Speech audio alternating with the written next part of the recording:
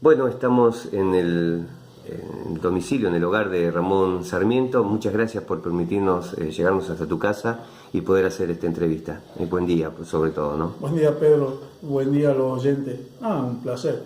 A los amigos les abro la puerta de par en par. Bueno, en primer lugar, como decíamos, agradecerte que nos permitas charlar con vos.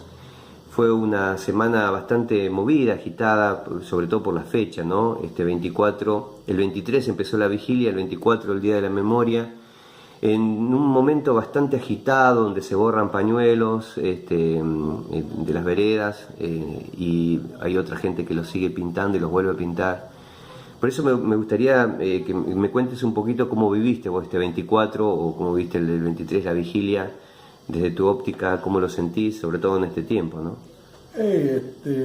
Uno se pone yo en el pensamiento de lo que sufrieron directamente, de lo que fue la historia negra de nuestro país, ¿no? De los familiares y de los sobrevivientes también, que uno tiene tan cercano y obtuvo experiencia y vivió con ellos, o sea, el dolor que aún a 42 años le sigue causando esta fecha cercana del 24 de marzo, porque se ponen mal, pero después sacan fuerza para el 24 del día y bueno, pero lo siguen sufriendo y no es menos.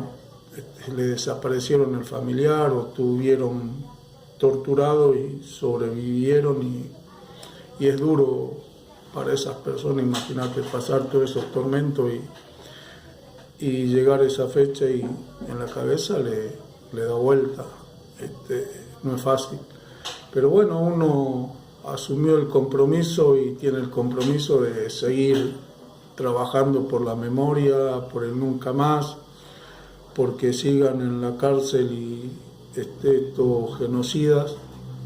Y bueno, por eso hacemos todas esas actividades que se hacen junto con las demás organizaciones, ¿no? El 23 en la vigilia, que fue hermoso y se hicieron un montón de actividades culturales.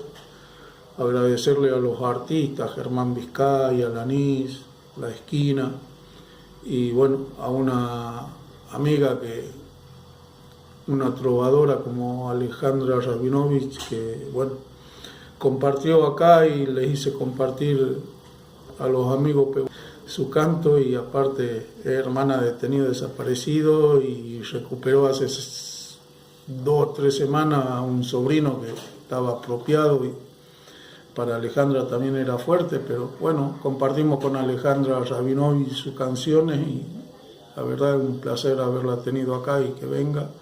Así lo demostró la gente, el cariño que le tomó inmediatamente.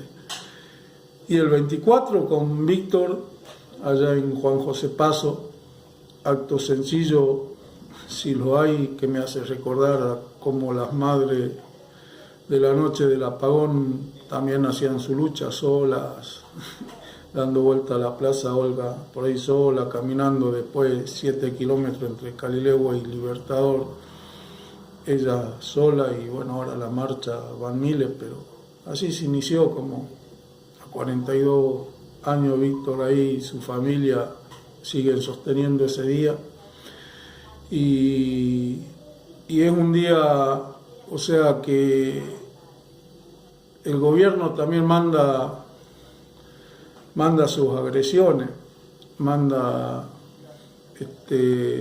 una lista de la superpoblación de las cárceles, donde pueden gozar de prisión domiciliaria gente genocida como Astí, como el Tigre Acosta y demás genocidas, que son provocaciones que por más que el gobierno diga y nosotros la justicia hace el trabajo, y se hagan que miran para otro lado, o digamos popularmente se hacen los tontos como perro que volteó la olla, pero son acciones de ellos porque son amigos de de lo que fueron aquella época en la dictadura.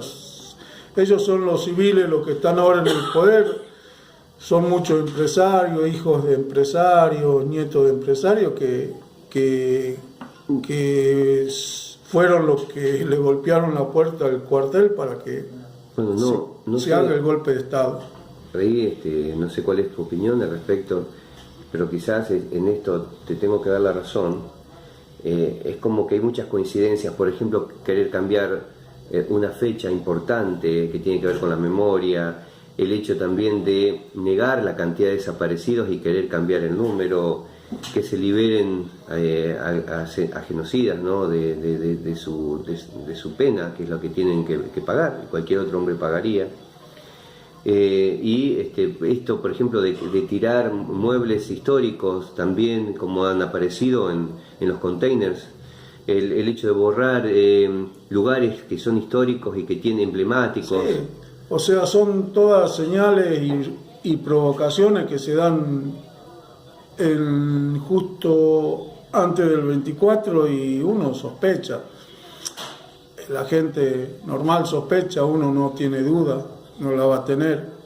O sea, el año pasado estuvo Obama el 24 y que te voy a recordar que yo te dije, hay que saber mirar o oír con los ojos, o sea, tener representantes del plan Cóndor en Argentina, de lo que fue el plan para la dictadura acá, y llevarlo al sitio de la memoria es fuerte. Este año no hubo acto oficial por el 24, se trató de ponerla a Cecilia Pando, defensora de los militares, todo, a dar clase en una escuela, y que porque fueron los padres, hicieron toda una movida, se logró de que no diera clase. O sea, son todo hechos que van uno atrás de otro, y bueno, lo tienen de diputado a Mazot, que sabemos el apellido, que es cómplice, o sea, el apellido va ligado a la dictadura, y el diputado lo dijo públicamente, no se arrepiente de su apellido. Y toda cosa ligada a la convivencia que tuvieron los padres, algunos hijos y de aquella época con la dictadura, y bueno, las empresas del presidente empezaron a crecer con la dictadura militar. Eso uno no lo olvida y lo tiene que decir. O sea, hay mucho. Recordemos que trajeron que lo escrachamos acá, al tipo que trajeron a presentar el libro Mentirás tu muerto, de Ángelo, que lo trajo Cambiemos y parte de la Unión Cívica Radical. O sea, un tipo que es cara pintada, que atentó contra la democracia, que dice que no hay bebé desaparecido, que no es lo que dicen, y bueno, pero todas esas son cosas que uno va atando, pero uno está en la vereda de este lado y va a repudiar todo eso, como lo repudiamos ese día de Ángelo con su presencia acá, y el tipo tuvo que salir corriendo, y bueno.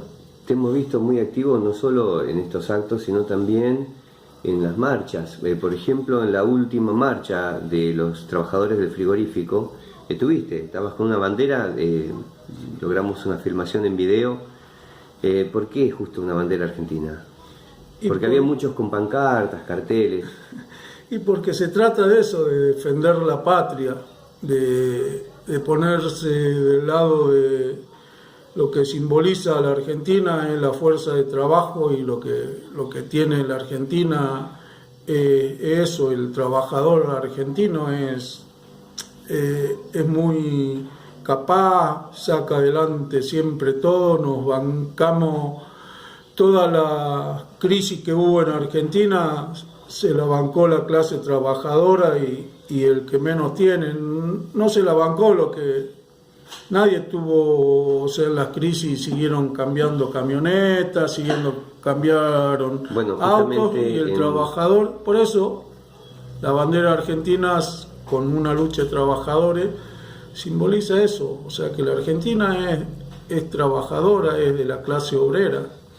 Sí, cuando hablas de los peores momentos, por ejemplo, en la crisis del gobierno de la Rúa, muchos hablan del tema del corralito, o sea, nos acordamos del corralito, que cuando se quedaba con capitales que eran de personas que tenían cuentas en el banco. Sí. Pero hubo mucha otra gente que estaba en el intercambio de alimentos para sobrevivir, que andaba en los supermercados, o sea, realmente fue un momento muy difícil y el que más sufrió justamente fue el que menos tenía. Es que se venía de los 90 de cierre de fábricas y se venía soportando eso, por ahí se sintió más en el interior, no tanto en capital, pero se venía arrastrando ya todo eso y ya en el 2001 terminó de saltar del todo o sea, esa crisis que ya se inició en el 90 y que no la pudieron solucionar los gobiernos que le sucedieron al neoliberalismo aquel,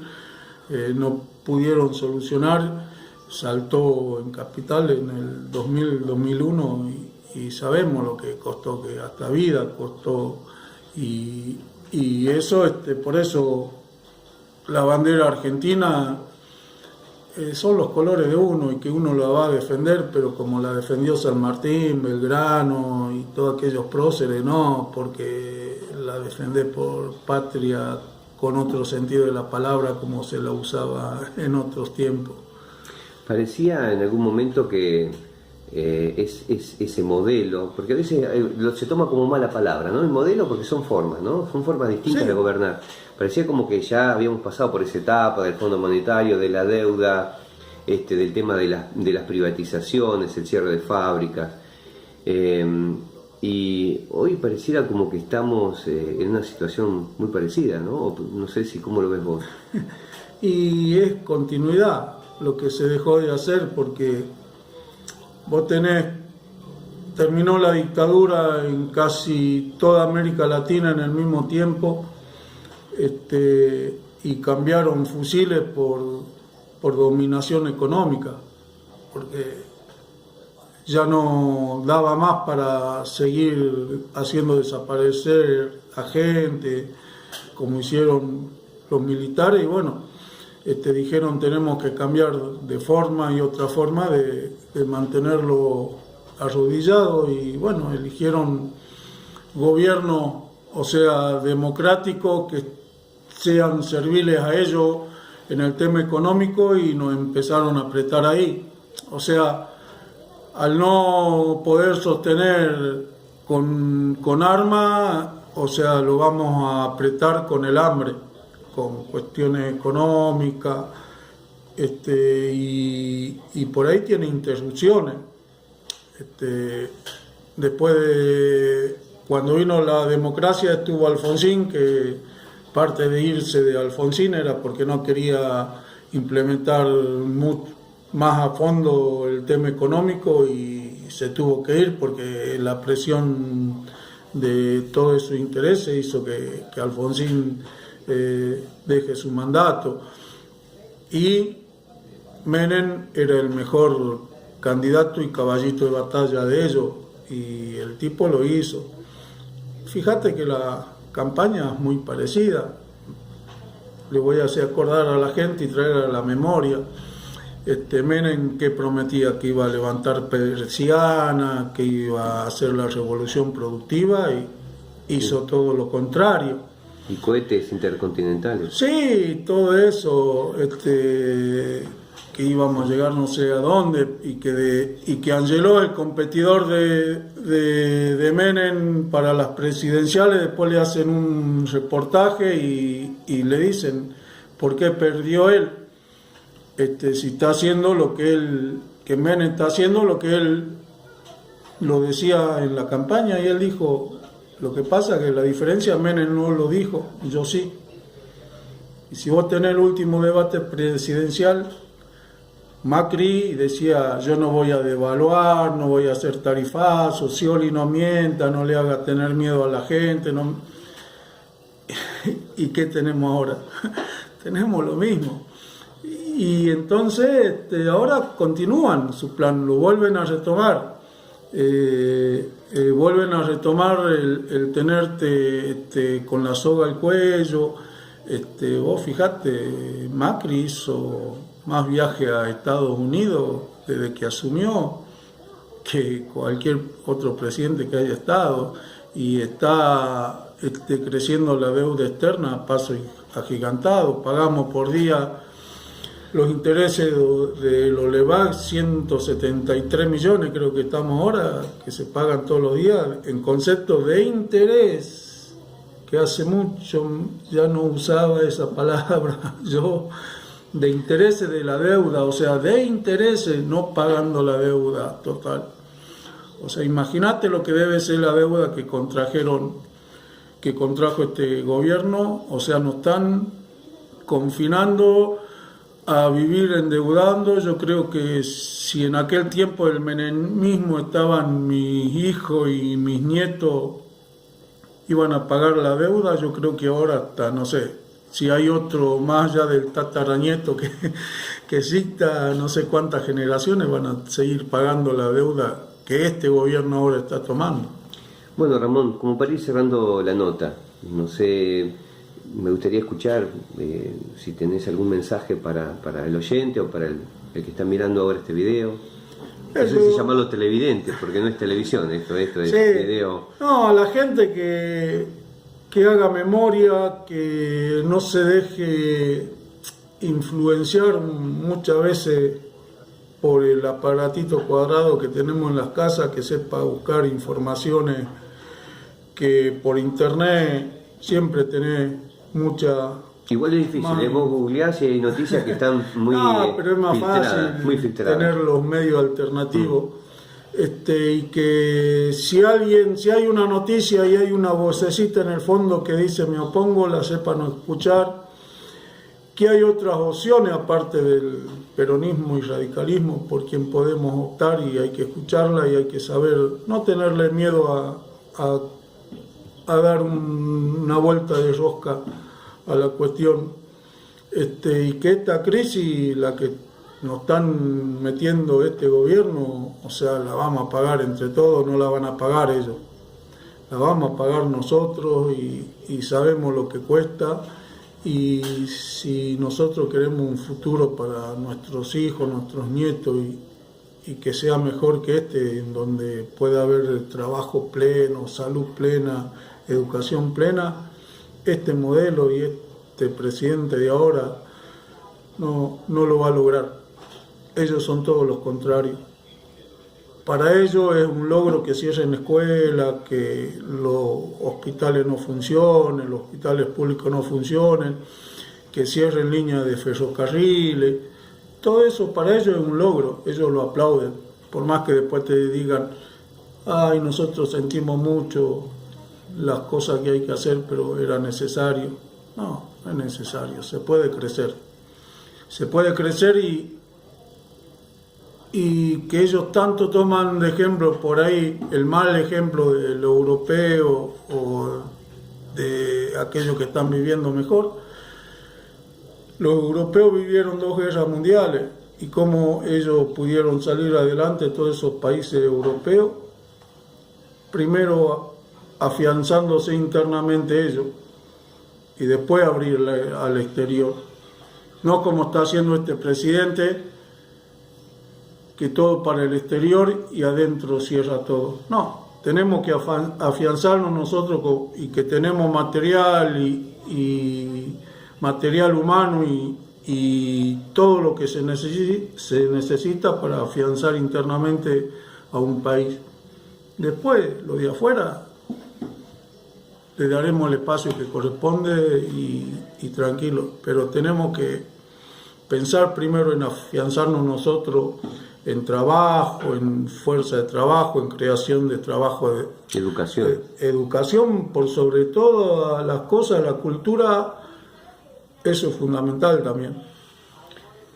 Bueno, muchas gracias, Ramón. No, a vos, Pedro, y bueno, a la gente, y nos veremos en cualquier momento, y bueno, ojalá se solucione el problema de los chicos del frigorífico para que no tengamos que estar lamentando 130 familias en la calle. Gracias.